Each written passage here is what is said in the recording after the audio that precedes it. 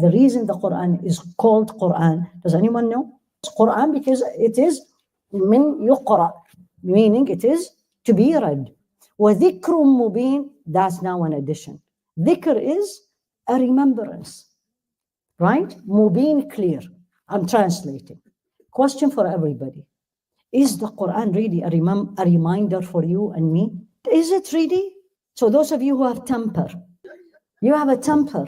When something gets on your nerve, really, justifiably, yani, and then immediately the Quran comes to you and says, وَالْكَاظِمِينَ الْغَيْظَ, those who control their anger? Yes or no? Then it is not ذِكْرٌ مُبِينٌ. This is a reminder. This is what they say, the Quran, and it's a beautiful discussion here in the book about what is poetry. What is the difference between poetry and Quran? And I'm just going to read because I just really loved it. They say poetry, especially in the Arabic language, because it is extremely sophisticated.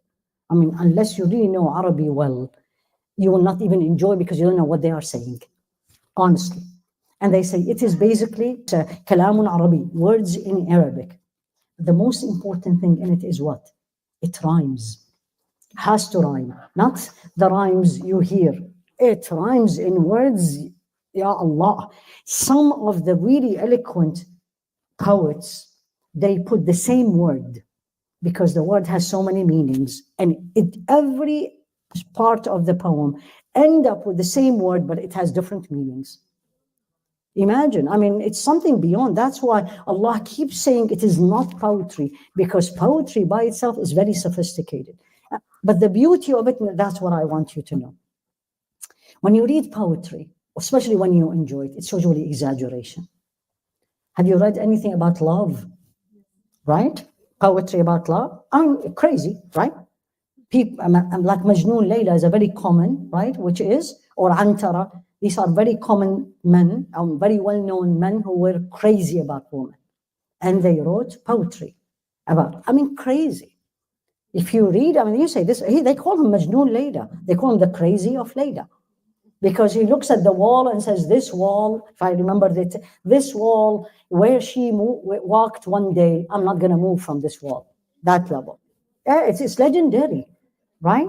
So they say, now why Allah said this and compare it with the Quran? They say because it is an exaggeration. There's a lot of imagination. There's beautiful thoughts, but it's not true. That's the beauty of it. It's not true. And there is most of the time lack precision, a lot of exaggeration. It just can't be. And then most of the time also it's not rational, like what I told you about the wall. What is the Quran? That's why he made this comparison. وَمَا عَلَّمْنَاهُ الشِّعْرَ. He's not, because poetry is this way. Quran is what? Number one is truth. Number two, it's not fun. It's reminder. Number three, talks to my brain. Number four, morals. There's nothing in the Quran that moves in me the animal desire. Nothing. On the contrary.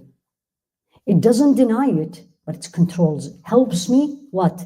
To control it. Including food, include drink, include the intimate relationships. And Allah sent it for me and you, as we all know, as guidance. How many of you say, I am alive? Of course, we're alive, but are we alive? Because Allah says, لِيُنذِرَ مَنْ كَانَ حَيًّا وَيَحِقَّ الْقَوْلُ عَلَى الْكَافِرِينَ. It's a warning to those who are alive. How many times you have read it? Did you ask yourself, why did Allah? Of course I'm alive. Is it because I'm alive and I'm reading it? Yes or no? No. Hayya meaning here, a person who is living the way that Allah wants him or her to live and benefit from the admonition. Like when you talk to somebody and you see they are not listening to you. You say, aren't you listening? Aren't you awake? Right? And you say, yeah. Then why are you not listening? That's what Allah is saying. Hayya. Am I really living? Am I living the way Allah wants me to live? I'm not talking about external. I'm talking about my relationship with the Quran. or I am living like anybody else who doesn't know what the Quran is and just read. And this is a goal for you. This is for everybody. Two goals. One with you as a human being with Allah, and only He knows. And one in your conduct as a human being, as a person, as a woman, as a Muslim woman. With the creation of Allah, everybody, Muslim or non-Muslim, it doesn't matter. What is these two goals? SubhanAllah, it makes you honest with yourself. You're gonna identify your shortcoming, one, and work on it. Make it as a goal that you will be Allah conscious. So لِيُنذِرَ مَنْ كَانَ حَيًّا. One of the goals, Ya Allah, أحيي قلبي. That's what I always say to Allah. Ya Allah, give life to my heart. I'm alive, I'm breathing. My physical heart is pumping, but is my spiritual heart alive? Allah knows.